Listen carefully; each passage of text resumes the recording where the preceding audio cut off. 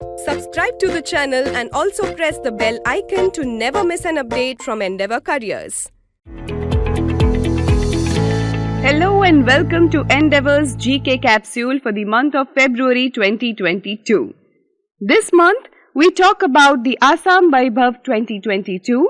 We talk about Lalu Yadav convicted in fodder scam case, Lata Mangeshkar, Bappi Lahiri, Rahul Bajaj who passed away this month.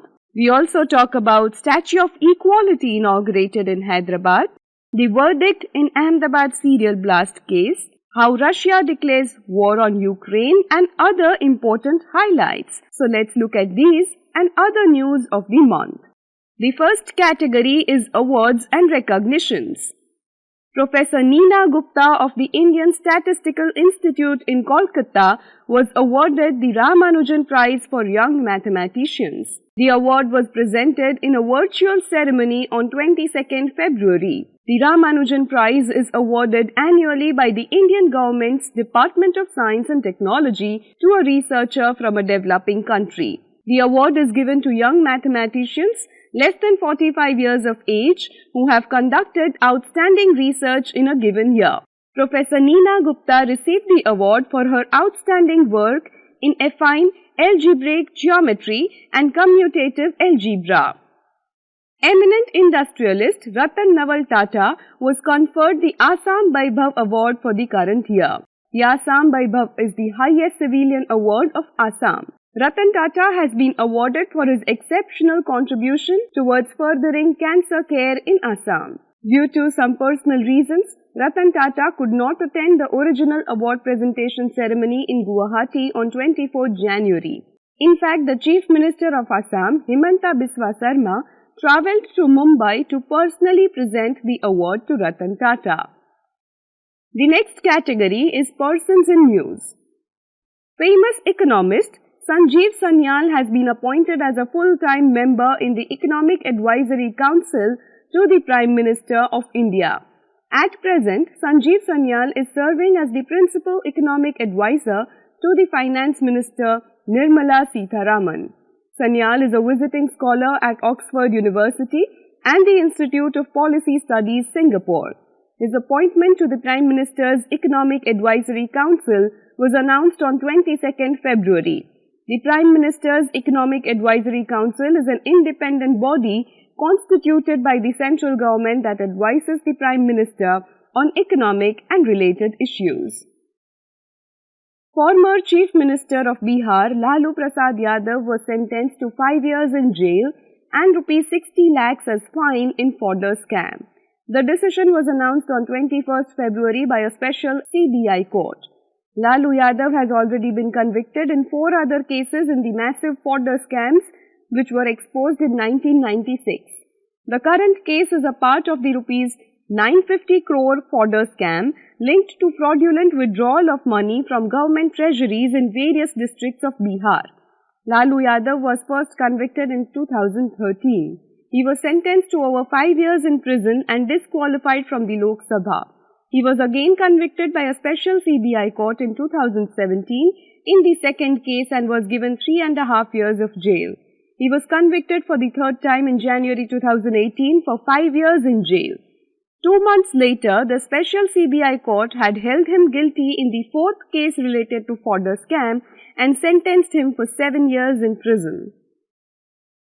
Legendary singer Lata Mangeshkar passed away on 6th February. She was 92 years of age and was unwell for the past many days. Known as the Nightingale of India, Lata Mangeshkar was an entire musical institution in herself. Lata Mangeshkar was the daughter of renowned Marathi musician Pandit Dinanath Mangeshkar. She stepped into singing at the age of 13 and recorded her first song in 1942. She has sung more than 30,000 songs in several Indian languages in a career spanning 73 years. Lata Mangeshkar has been the voice behind popular tracks like Ik Pyar Ka Nagma Hai, Ram Teri Ganga Maili, Ek Radha Ek Meera, and Didi Tera Devar Divana, to name a few. Her heartfelt rendition of the patriotic song Ae Mere Watan Ke Logo, remembering the sacrifices of the Indian soldiers in the 1962 war with India, was said to have moved Prime Minister Jawaharlal Nehru to tears. Lata Mangeshkar was awarded the Padma Bhushan in 1969, Padma Vibhushan in 1999, Bharat Ratna in 2001. She was also conferred with France's highest civilian award in 2009.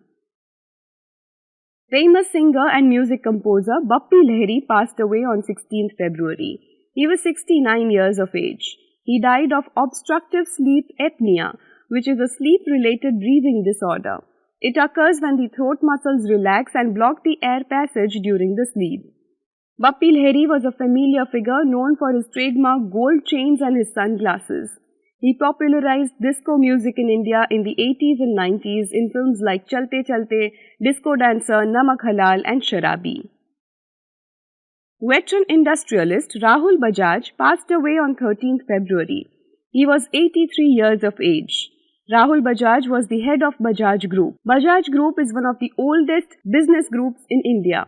The group has 25 companies including Bajaj Auto, Finance, Finserv, Electricals and Allianz, with around 36,000 employees. Rahul Bajaj graduated from St. Stephen's College, Delhi in 1958. He also obtained a degree in law from Bombay University and an MBA from Harvard Business School. He joined the Bajaj Group in 1965 and became the CEO of Bajaj Auto in 1968, a position he served till 2005. He also headed the CSR activities of the Bajaj Group and charitable trusts, including Jamnalal Bajaj Foundation. Rahul Bajaj was known in corporate circles as the man who does not mince words when it comes to any matter of national interest. The next category is places in news. Prime Minister Narendra Modi inaugurated the Statue of Equality in Hyderabad on 5th February. The statue is an honor to the 11th century Hindu saint Sri Ramanujacharya. It is a part of the celebration of 1000 years of Sri Ramanujacharya's birth. He was a Vaishnavite saint who advocated social equality and propagated the philosophy of Vasudhaiva Kutumbakam. The Statue of Equality is located in a 45-acre complex on the outskirts of Hyderabad. At 216 feet, it is among the tallest metallic statues in sitting position in the world. According to the TomTom Traffic Index released on 10th February, Istanbul is the most congested city in the world, followed by Moscow. Despite COVID-induced lockdowns keeping a large number of vehicles off the road in 2021, Mumbai is still at 5th position in the global ranking of urban congestion. Along with Mumbai at 5th position, 3 other Indian cities in the top 25 most congested urban centers are Bengaluru at 10th position, Delhi at 11th and Pune at 21st position. Let us now look at major highlights in the category of national news. A special court in Ahmedabad announced the verdict in the 2008 Ahmedabad serial blasts case on 18th February. 38 out of 49 convicts have been sentenced to death by the court. The other 11 convicts were sentenced to life imprisonment. As many as 22 bombs exploded in Ahmedabad on 26 July 2008, killing 56 people and leaving more than 200 injured. The explosions were allegedly carried out by the terrorist group Indian Mujahideen. The trial in the case began in December 2009 and the decision came after 13 years. The death penalty for 38 convicts is the highest in a single case in India. Before this, in 1998, a court had given death sentences to 26 accused in the assassination of former Prime Minister Rajiv Gandhi. On 15th February, Indian government banned 54 Chinese apps, citing a threat to the national security. According to the Ministry of Electronics and Information Technology, these apps were sending the data of Indian users to servers in China. The list of banned apps includes some of those that have been banned by the Indian government earlier too, but had rebranded themselves and relaunched under new names. One of the apps banned in the current list is Free Fire mobile game. The Free Fire game is marketed by a Singapore-based company in which China's Tencent holds 19% stake. Since the start of political tension with China in 2020 following a border clash, India has banned over 320 Chinese apps including TikTok. Let us now look at major highlights in the category of international news. In a development which was anticipated since past many weeks, Russia finally declared a war on Ukraine. The tension was mounting and Russian troops were massing on Ukrainian border since January. The hopes of a peaceful resolution ended when Putin formally recognized Luhansk and Donetsk regions of Ukraine as independent states. Finally, in the early hours on 24th February, Russian fighter jets and ground forces invaded Ukraine from eastern side as well as from sea. Ukraine's President Zelensky continued to resist the Russian attack and is leading the Ukrainian defense. Ukraine's capital, Kyiv, was hit with missiles as citizens took cover in basements or attempted to flee the city. Casualties were recorded but numbers were unclear. The first round of ceasefire talks were held on 28 February on the border of Belarus, but they were abandoned without an agreement. Ukraine is accusing Russia of targeting civilians. Around 2 million Ukrainians are now estimated to have fled the country. Indian government also launched Operation Ganga to evacuate nearly 15,000 Indians in Ukraine, mostly medical students. Under Operation Ganga, the evacuation flights were operated from the neighboring countries such as Romania and Hungary, Slovakia and Poland. The UN General Assembly passed a resolution on 2nd March condemning Russia for its invasion of Ukraine and demanding an immediate withdrawal. The resolution is supported by 141 of the Assembly's 193 members. 35 member states, including India and China, abstained from voting. The US has put sanctions and bans on Russian companies and business. MasterCard, Visa, American Express have suspended their operations in Russia. The European Union has cut off many Russian banks from the international payment system called SWIFT. There are talks going on between USA and European countries to stop purchase of natural gas from Russia through Nord Stream 2 pipeline. The fighting is still going on at the time of writing this edition of the GK Capsule. Canadian Prime Minister Justin Trudeau has declared a national emergency on 14 February. The emergency was declared in response to the nationwide protests led by truck drivers against various COVID-19 rules and mandatory vaccination. Canadian government has imposed many COVID-related restrictions on the cross-border movement of trucks from US into Canada. The truck drivers were opposed to these mandatory quarantine and vaccination rules. A protest movement was started by the truck drivers on 28 January by the name Freedom Convoy. The protests were soon joined by many non-truckers also, whose businesses had been destroyed by the pandemic regulations, and others who were angry after being imposed by hefty fines for violating COVID protocols. Prime Minister Justin Trudeau invoked the emergency provision on 14th February to crush this freedom convoy from blocking the capital city of Ottawa. The emergency powers came into immediate effect and will last for 30 days. The next category is news from the field of business, economy and industrial sector.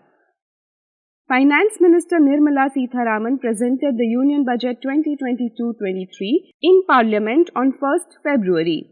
This was the fourth budget presented by Nirmala Sitharaman since she became Finance Minister in 2019. This year's budget came just few days before the first phase of voting in Uttar Pradesh, where elections were scheduled in February and March along with 4 other states. While presenting the budget, Nirmala Sitharaman announced that the country's economic growth is expected to be at around 9.2% in the current financial year. The aim is to create 60 lakh new jobs under the PLI or Productivity-Linked Incentive Schemes in 14 sectors. Terming the 75th year of India's independence in 2022 as the beginning of Amrit Kal, the budget has enlisted 4 priorities. Infrastructure development projects under Pradhan Mantri Gati Shakti scheme, inclusive development, productivity enhancement along with climate action, and financing of investments. Finance Minister announced a host of measures for many sectors aimed at boosting growth. The budget proposed a 35% increase in capital expenditure to Rs 7.5 lakh crores, coupled with rationalization of customs duty, an extension of time for setting up new manufacturing companies and plans for starting a digital currency and tax crypto assets.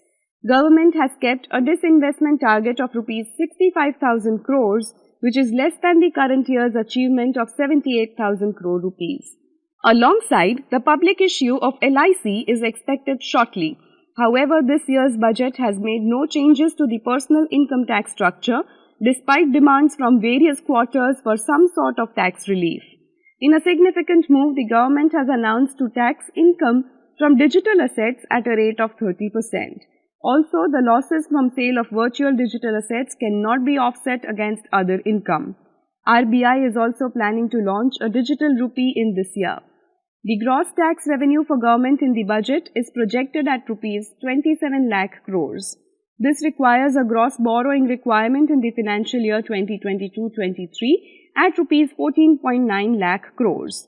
The budget gave a big boost for infrastructure spending, from 5G spectrum auction, expanding national highways by 25,000 kilometers, interlinking of rivers and manufacturing of 400 new generation Vande Bharat trains. The budget prioritized economic expansion over fiscal consolidation. The fiscal deficit is projected to come down to 6.4% in the financial year 2022-23. To give a boost to the startup community, she capped the surcharge on long-term capital gains at 15%. In its bi-monthly monetary policy review, the Reserve Bank of India has decided to keep the key policy rates unchanged.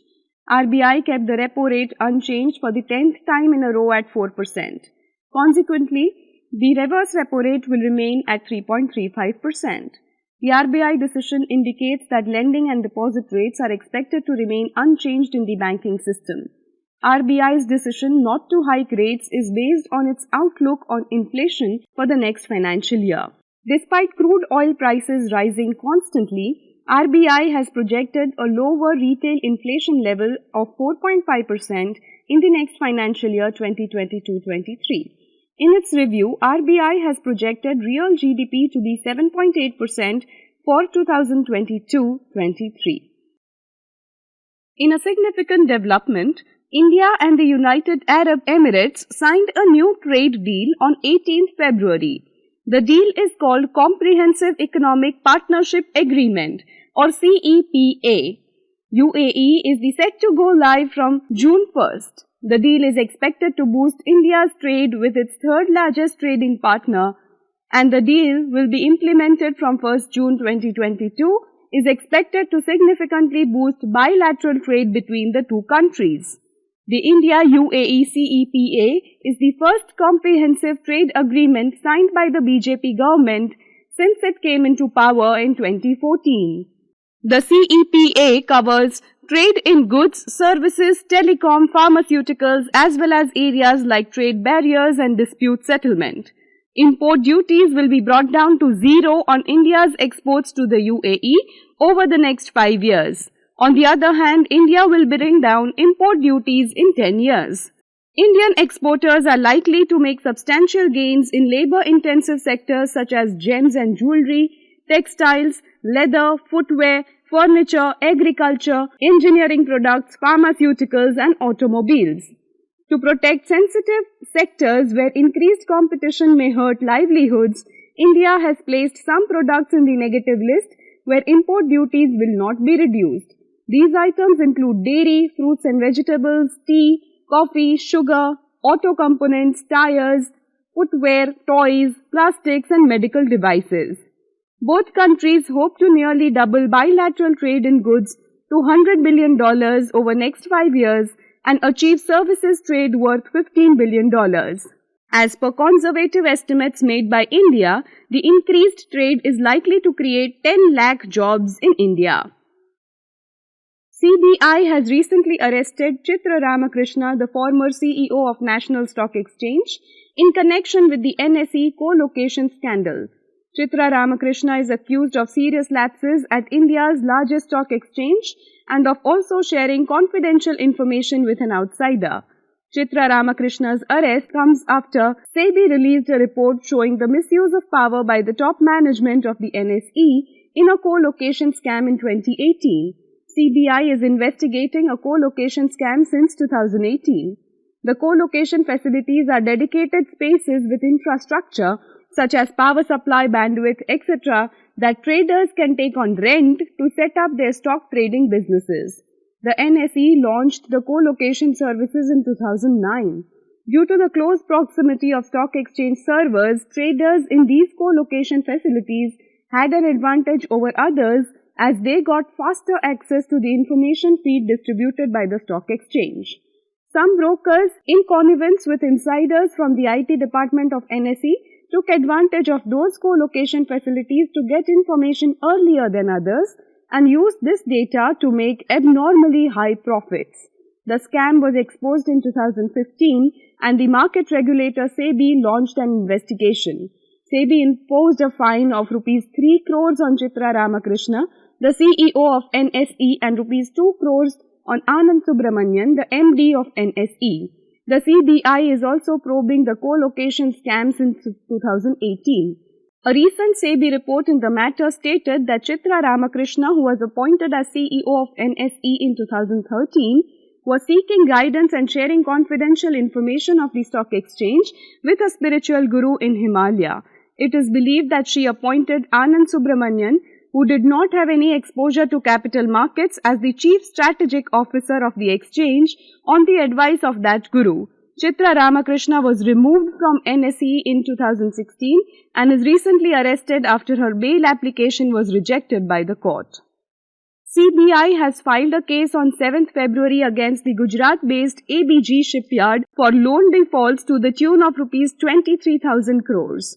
According to the CBI, ABG Shipyard's former chairman and managing director Rishi Kamlesh and others have been booked for duping a consortium of 28 banks, which include SBI, ICICI, Bank of Baroda, Central Bank of India and others. Started in 1985, the ABG Shipyard is India's largest private shipbuilding company. Their shipyards are located in Dahej and Surat in Gujarat. The company went into serious losses after the financial crash of 2007 and had to take massive loans from banks.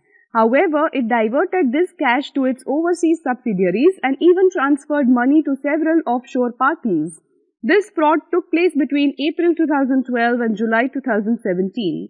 The company owes a total of Rs 22,842 crores.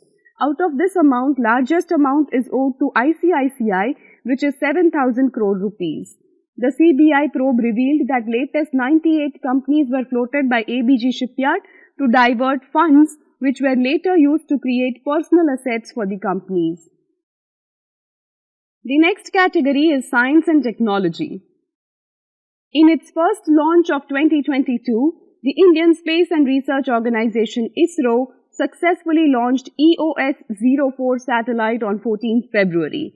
The satellite was launched on board the Polar Satellite Launch Vehicle C-52.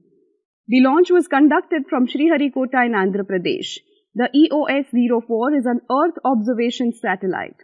It will provide high-quality images under all-weather conditions for applications such as agriculture, forestry and plantations, flood mapping, soil moisture and hydrology. ISRO Chief Dr. S. Somnath congratulated the scientists on successful launch. ISRO is planning to launch 18 other missions this year, including the Gaganyaan and Chandrayaan-3. NASA has sent a proposal to the US Congress on how it plans to retire the International Space Station in 2031. In the transition plan released by NASA, the International Space Station will operate till 2030 and will then plunge into a remote point in the Pacific Ocean in 2031. The International Space Station was launched into orbit in 1998. It is jointly run by 5 space agencies from USA, Russia, Japan, Canada and the European Union. After 2031, the International Space Station will be replaced by one or more private platforms. The largest bank of the USA, JP Morgan, has become the first bank to launch itself in the metaverse. JP Morgan has launched its launch in blockchain-based virtual world Decentraland. A metaverse is a network of 3D virtual that uses augmented reality, virtual reality and blockchain for social interaction similar to the real world. JP Morgan has named its launch in Decentraland Metaverse as OINTS. The launch features a digital avatar of bank's CEO Jamie Dimon. Users can also create their digital avatars and interact with bank employees in the launch. The next category is sports. The 2022 Winter Olympics was held in Beijing from 4th to 20th February. The Winter Olympics featured 109 events across 15 disciplines. Nearly 2,800 athletes from 91 countries participated in the Beijing Winter Olympics. Norway finished at the top of medal table with total 37 medals including 16 gold. Germany and China were at second and third spots respectively. Arif Khan was the only Indian player who participated in Winter Olympics. Arif Khan is an alpine skier from Kashmir. The ICC Under-19 Cricket World Cup was held in West Indies. The tournament saw participation from 16 teams. India defeated England in the finals to win the tournament for the fifth time. Middle-order batsman from Delhi, Yash Dhul, was the captain of the Indian team. Indian hockey goalkeeper P.R. Srijesh won the prestigious World Games Athlete of the Year 2021. He is the second Indian to ever get this award after India's women hockey captain Rani Rampal in 2020. Srijesh was a part of India's bronze medal winning Olympic team in 2021. He has represented India in 2012 London Olympics, 2016 Rio Olympics and 2020 Tokyo Olympics. The 16-year-old chess grandmaster from India, R. Pragananda, defeated world number 1 Magnus Carlsen in the 8th round of the Airthings Masters online rapid chess tournament on 22nd February. In 2018, Pragananda became the 5th youngest person to achieve the title of Grandmaster. He also became the youngest player to ever defeat a current world champion. He is from Chennai. In the end, let us look at some other miscellaneous news items. India celebrated its National Science Day on 28th February. The great Indian scientist Sir C.V. Raman invented the Raman effect on this day and won a Nobel Prize for the same. The theme of National Science Day 2022 was Integrated Approach in Science and Technology for a Sustainable Future. Indian Navy hosted its largest naval exercise Milan 2022 in the last week of February. The exercise was conducted in the Bay of Bengal near Visakhapatnam. 13 countries including US, Japan, Australia, Indonesia and South Korea participated in the multinational exercise. This was the 11th edition of Milan exercise. With this, we have come to the end of this episode of GK Capsule. We hope you like the coverage of topics in our monthly editions. Do also watch our other online videos. Thank you.